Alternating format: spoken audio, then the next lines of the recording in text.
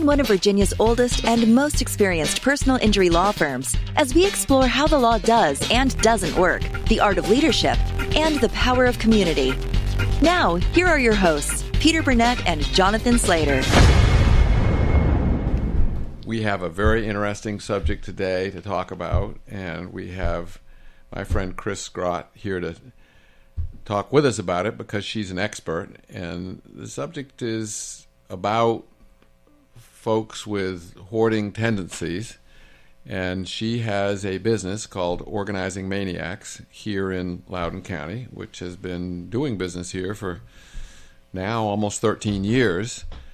Her experience immediately after college was in the construction industry, and at the downturn in 2007 or 8, she kind of saw the writing on the wall and decided she wanted to be out on her own, doing something that was, at the time, I think probably some folks thought was a little bit unusual, and has built a business on the whole subject area of people getting organized. And that ranges from folks getting their financial matters put together in a way that they and their heirs can understand, having kitchens so that people know where to find things and one thing and another, in other parts of the house, cleaning out garages. And the subject that we're going to talk about today a little bit are those that are really challenged by possessions and being organized in this possession-filled world that the United States is. And they're called folks with hoarder tendencies, and the amount of attention that's been given to that subject in recent years is at the point where folks in the industry actually rate hoarding tendencies and how bad it is. I had an experience years ago in a Christmas in April project of reworking a house for some folks that were inundated with their possessions to the point they had pathways in their house. So I know that it happens, but it's not always apparent to others.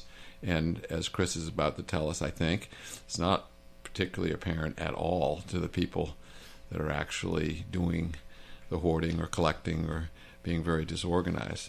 How am I doing, Cris? Did I describe that reasonably accurately? You did, yes. Thank you for having me. Tell us a little bit about this whole... I know you do a lot of different kinds of organizing, and I've been a recipient of some of it, and I very much appreciate it.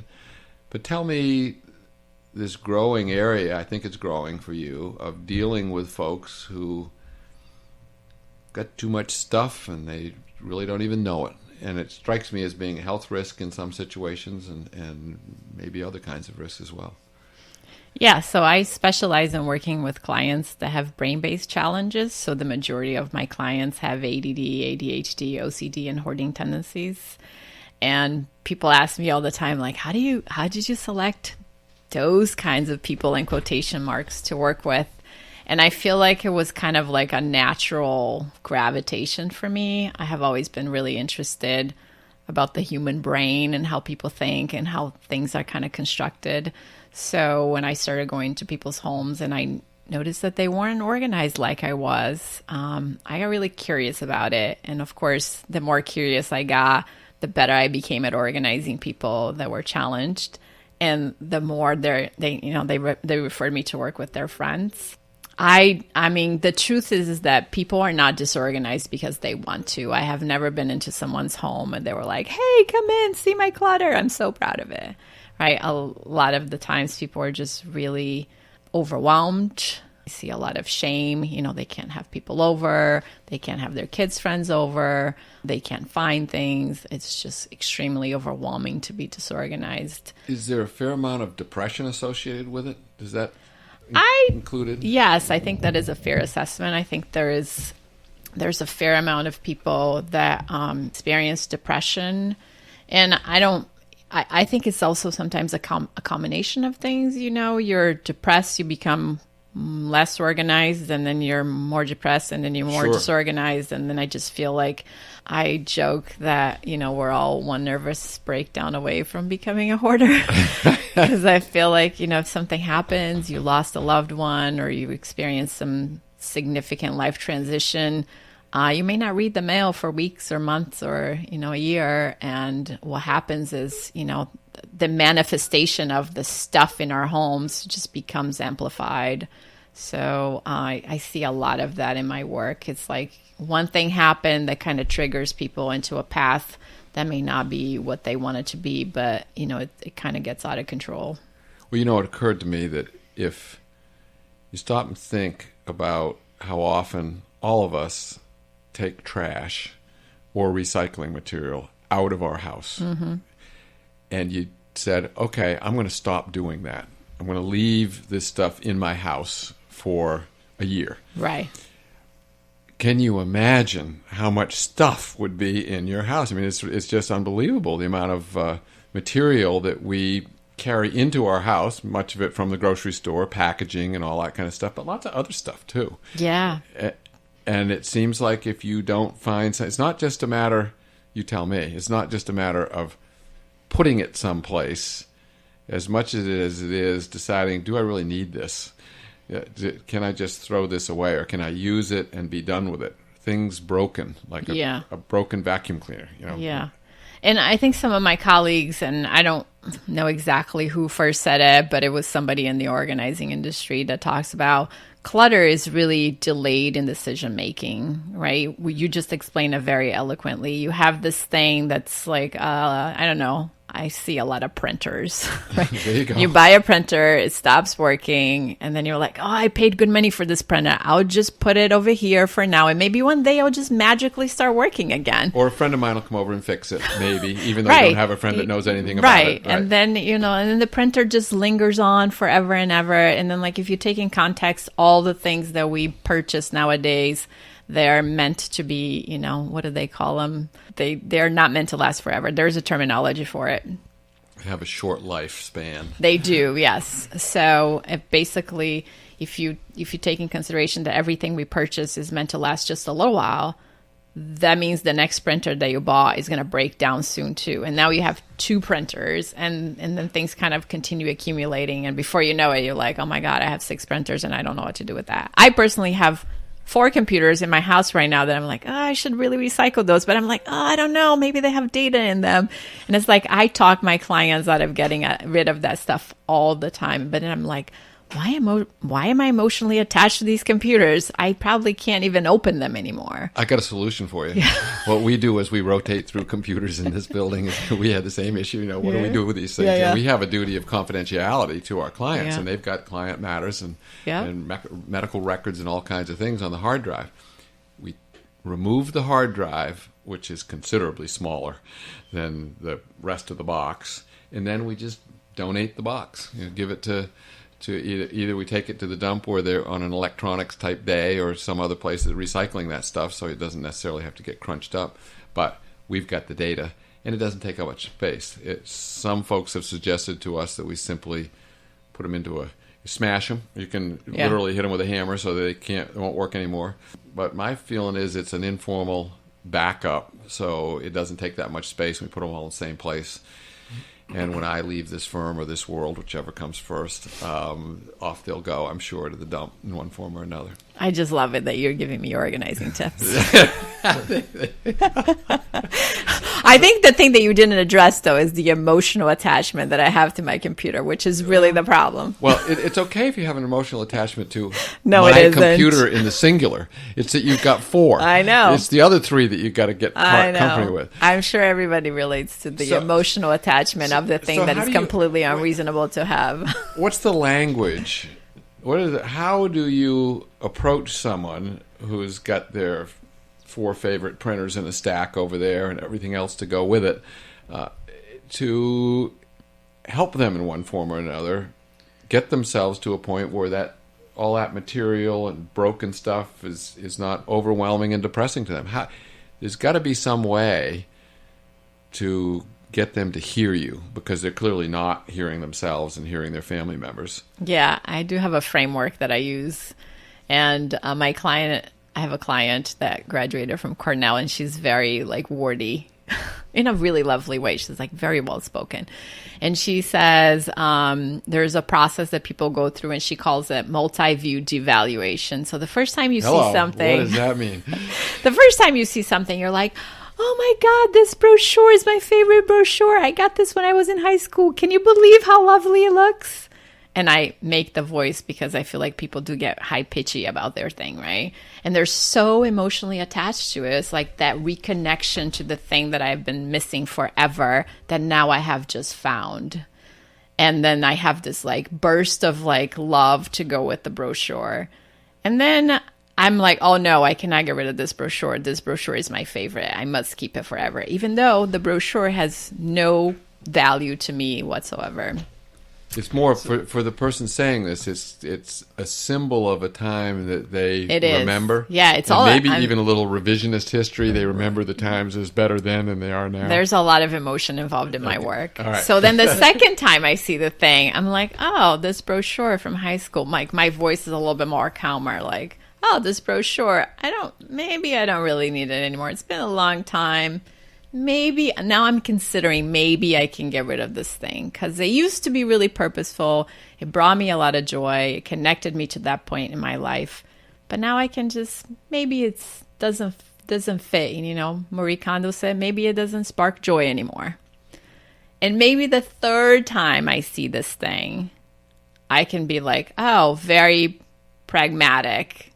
This brochure does not fit my lifestyle anymore, and now I can get rid of the brochure.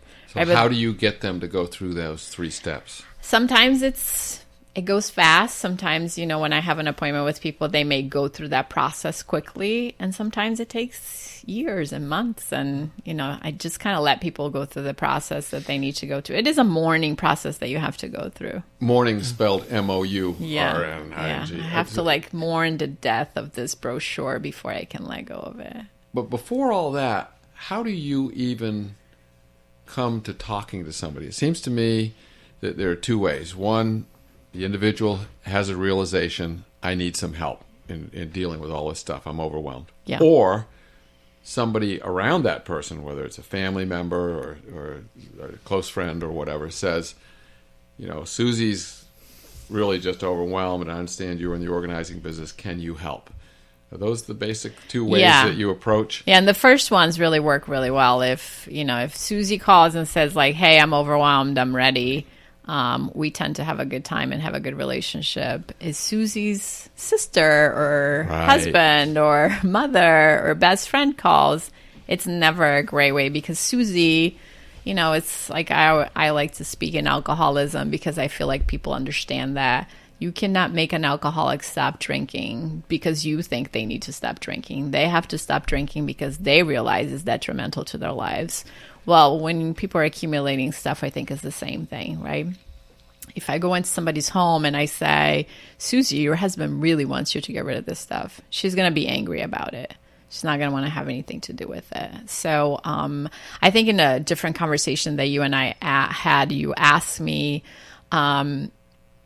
when are people really asking for help? So there is a Clutter-Hoarding Scale by the Institute of Challenging Disorganization. And in that hoarding scale, it's a scale from 1 to 5. So people on the first, like you and I live, you actually is a pretty neat person, but you and I live on level 1, right? Which is like a normal way of like being organized. And in level 3 is like pretty messy. You know, you may have some pathways. It's pretty piled up, pretty high. I think people that call between 1 and 3 are pretty, they're pretty willing to just kind of make a change to their lives. They know it's going to be hard, but they're willing. People in level 4 and 5 are a little bit more emotionally and mentally challenged by their clutter. So there's a lot more going on than just the clutter. Those people are not normally calling. They are I'm hearing from their families or from the county or from, somebody is pushing them to get organized. A lot of the folks that you work with, there's probably some type of clinical diagnosis that's at the root of some of their hoarding tendencies, I would assume. Mm-hmm. And you don't diagose people. You're not a doctor, right? No, I'm just an organizer. Right, but are there cases, though, where you will work with one of their providers, with one of their doctors? Yes, absolutely. I do a lot of collaborative work with Dr. Bell out of Columbia, Maryland, and she's like one of the top hoarding specialists in this part of the the Mid-Atlantic area. She and I work with a lot of people together where she does the therapy, the therapy CBT training, the CBT work with the clients, and then I actually do hands-on getting rid of stuff. Okay. And what does CBT stand for? Cognitive behavior therapy, I think. Okay. I think that's sure. Which is really what they use in OCD training. OCD, what is the word that I'm looking for? It's what they use in OCD therapy, which is exposing people to the thing that they fear the most. And it has been, the research shows that people that are exposed to, if you have contamination issues, if you're exposed to like having to put your hand in a toilet, eventually you're okay with, with the contamination. So in hoarding, it's a little bit different. Is Dr. Bell, or was it Dr. Bell? Yes. Dr. Bell or any other of the clinicians that you work with, are they ever on site with you, with the client?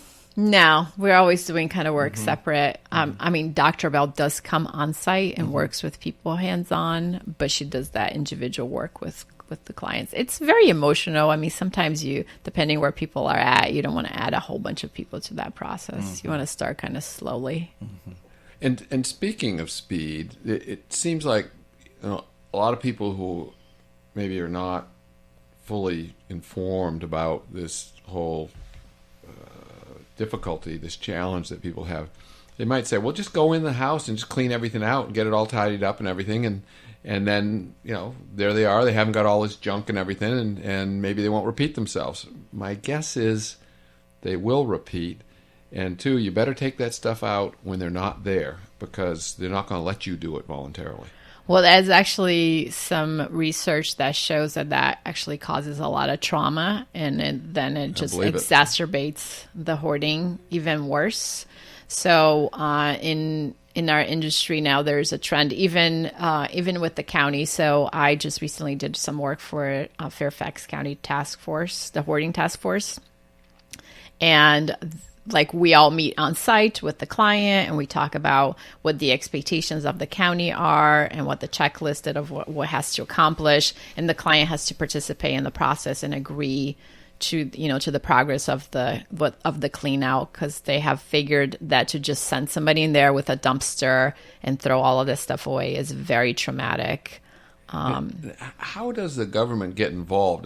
Are there circumstances where challenged folks get so advanced in this that it starts to impact neighbors, and it's starting to be seen as it's a public health risk of one sort or another? It is also a fire hazard. So they do very much get involved. In this particular situation, the client had a mice infestation, and he was in a townhouse attached to two people. So those two neighbors were impacted by it, and one of the neighbors happened to have a baby, so it became a big deal. And not to get too deep into the weeds on this particular subject, but is that pursuant to a court order or something? Oh yeah, like so my very first appointment, like the county inspector is there, the county lawyer is there, the client's lawyer is there, I'm there, 3 people on my team is there. So we have this powwow kind of outside about what's going to happen, what the expectations are, what does he need to do to pass his inspection. So it's very collaborative. I mean, and the client's kind of cooperative, but not really, because he doesn't want to be part of this process. However, they have a court order that says that, if he doesn't comply, that they basically can evict him out of his home. So you're, in some respects, in that environment, a bridge of sorts. You're, on the one hand, clearly collaborating with the enforcement people, if you will. But on the other hand, you're sensitive to the potential for trauma and further mental stress and strain on the hoarding person, and you're trying to be his or her friend, agent of sorts, such that there is hopefully some level of insight on that person's part. Is that how it works? Yeah. Thanks for asking that question, because I think like sometimes we forget that these are real people. You know, I think like when you read the literature, when you're angry, which I mean, I have never lived next door to somebody that had the level of clutter, so I don't want to minimize the angst that the two neighbors had about the mice and the just living next door. But, you know, this is still a human being, and he was a lovely person. He's like super smart. He was funny. You know, he had a lifetime of memories in that home. And there were, you know, there are circumstances under what's happening. It's happening without telling his story. Which I got to know while I'm going through the process, right? So I try to always bring that to the conversation. I always try to remember that these are real people with real lives, and, you know, that this is a really complicated situation. So, and I bring humor to my work, which I think it's helpful. I try to treat people like I would like to be treated if I was in that situation. What a great standard. Yeah. I mean, if we would all think that way, it'd be enormously helpful. How much does advancing age have to do with hoarding challenges and the like? Is it a issue that comes up more frequently in older people, perhaps people who are in the marital home and they've lost a spouse and they're just kind of lost in the home, and they become maybe depressed, maybe just incapable of taking care of things? Well, that's a two-part question. I love that question too. One, I think that so hoarding has been documented in kids as young as like 13, wow. like considerable hoarding. And I think with age, we also have more resources, more time, more space, more stuff. We have more opportunity to accumulate. And more voids to fill. More voids to fill. So I do see a lot of it as people are aging, but that's because I feel like they have enough time to collect the way that we would, then it becomes a problem. Plus with aging, people start checking up on you more often. So they start invading your space, and then that becomes more apparent about what's happening with hoarding. So that's one. Two, a lot of the things I see is that maybe like super messy people marry super neat people. So there's a person there that kind of coasts them along to being more organized or getting rid of stuff or doing whatever. So it helps the person that may have some of the hoarding tendencies be more organized. And if that person leaves their life, then you see the problem really exacerbate really fast. There you go. Wow. Tell me, did you have any notion when you started your business 12 or 13 years ago that you were going to find yourself engaging with this particular problem at this level of intensity, for lack of a better term? No, I did not. I started organizing as a complete side hustle. You probably anticipated this as much as you did becoming a project manager for a construction company. That is correct. Yeah, I was like, I lost that job, and then I was like, well, I literally at the time was just trying to make a few dollars just to pay the rent. So I was like, I lost my job project managing, and I was like, what can I do? How can I make some money? And I knew that some of my contractors were really messy. So I started calling people out and be like, hey, I've seen how messy your office is. Will you let me help you get organized on your paperwork? And that led into like, hey, will you let me will you help me organize my basement? And then like my third client was a client that had severe hoarding tendencies. Like she lived in an apartment with an 8-year-old boy, and the clutter was like 4 feet high. Right. Like you barely had any paths. And this boy was living in a condition that, now that I think back of it, the right thing for me to do was to call Child Protective Services and report that situation. However, she was really committed to like living in a better space, and we worked really hard to work through that. But in that process, I realized that I was like, well, I'm going to need to figure out what's happening here, because this woman is not just organized because she wants to. She has an 8-year-old that she absolutely loves, and she understands how traumatic this whole experience is for him. But apparently, until your intervention, helpless to really do anything about it. Well, she had tried working with other people before, so I think I was her 4th or 5th organizer. Wow. And she had not succeeded in that process with people. So I realized that there needed to be training. I realized that there was more to it than I understood.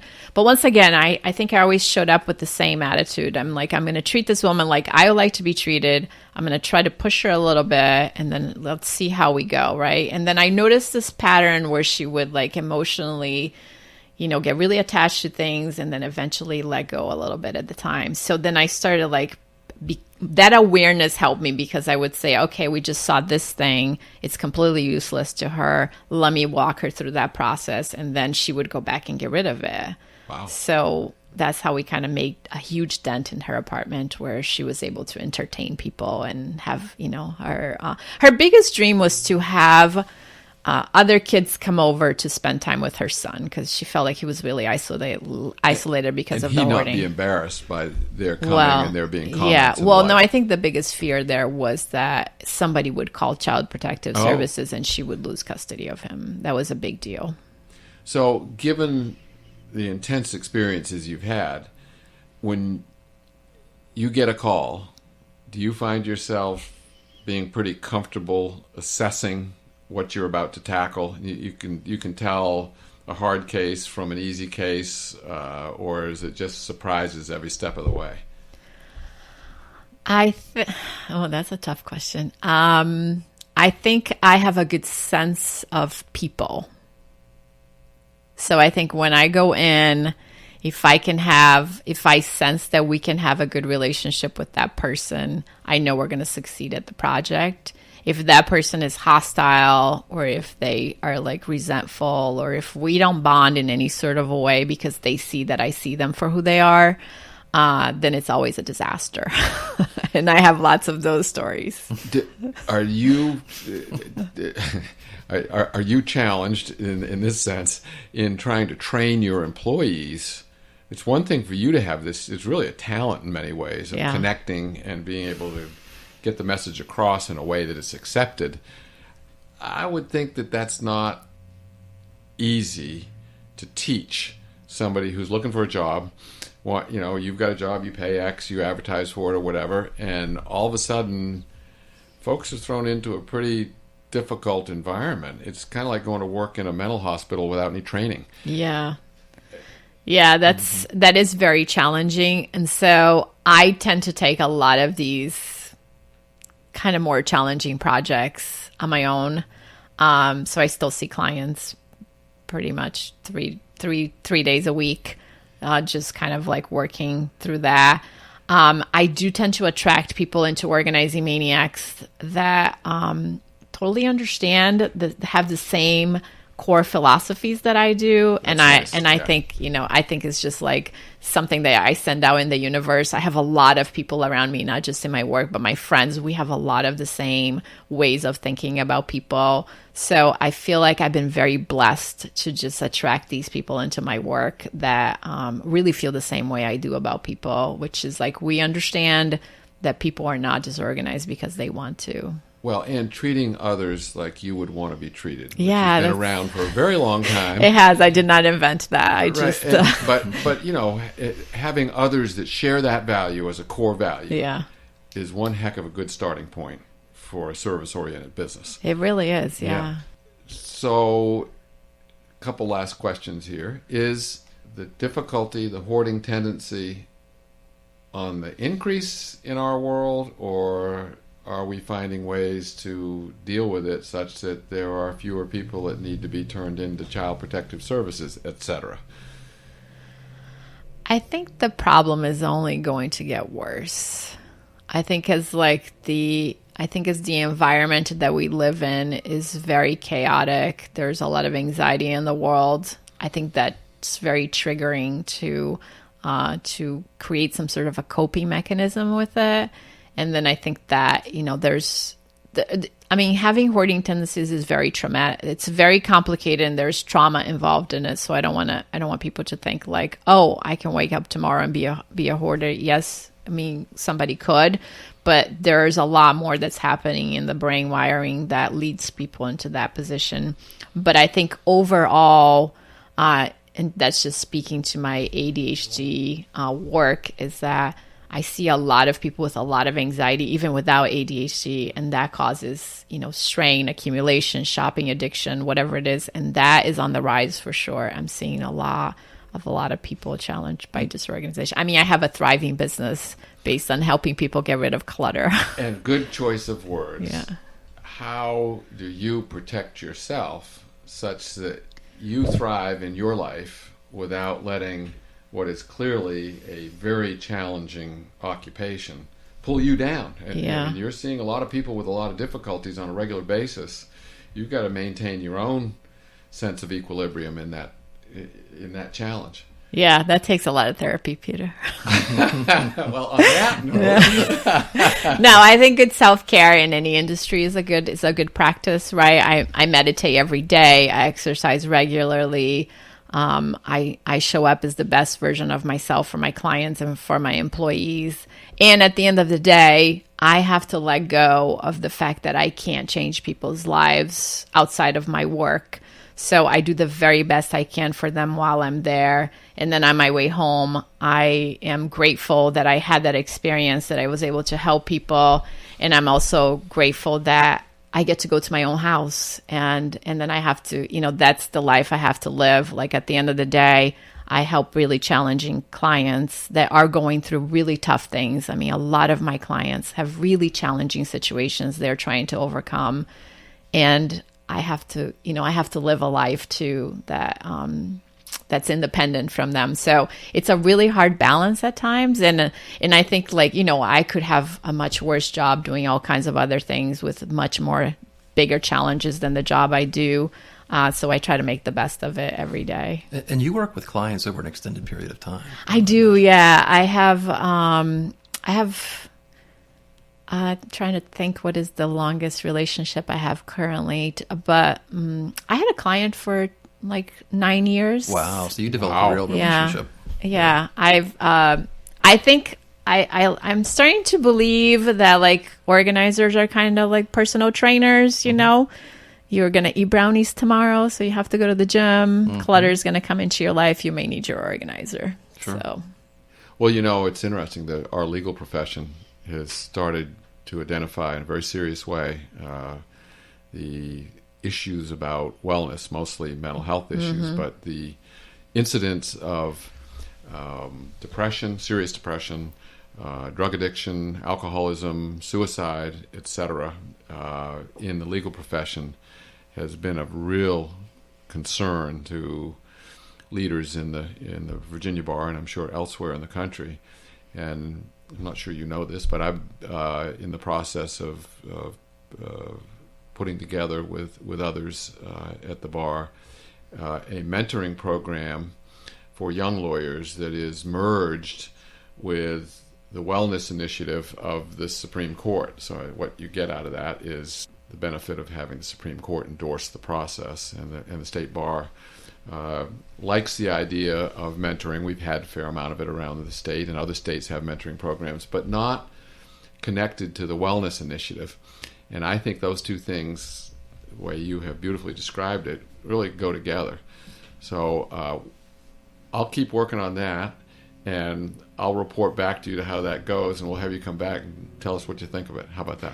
I know. I love that conversation about like self-care and learning how to live a more balanced life, because you guys have really stressful jobs, and it's a sustained stress. Like you don't go home and get to just relax. Like you carry that with you over and over again, and that has an impact on the body. Which then it makes sense to me that there is so much addiction and anxiety and depression. And I mention divorce? Divorce, yeah, for sure. So that's exactly right. And we just you can't just turn it on and off, and it impacts families. It impacts the way children are raised. And so I think it's something that I hope I can make a little contribution and come up with a good program that will help. I think just starting that conversation is phenomenal, because I think sometimes people forget to just talk about the things that are like we went from being like the village people into like living a life where it's like we're very isolated. We're not talking about the things that really matter to us and what our big problems are. And I would love to come back and talk about that, because I'm passionate about that. Yeah, that is at the core. Thank you, and we'll Thank you save for that for another having me. day. Yes. And I look forward to that conversation. Thanks. Thank you for listening to Law and Community, a podcast from Burnett and Williams. If you have any questions or wish to learn more, please leave us a message at our website, www.burnettwilliams.com. Also, please don't forget to subscribe to the show on whatever platform you're listening to. Don't forget to follow our Facebook page at www.facebook.com/BurnettWilliams and give us a call at 703-777-1650 for any questions you have. Hope you enjoyed the episode. Until next time, take care.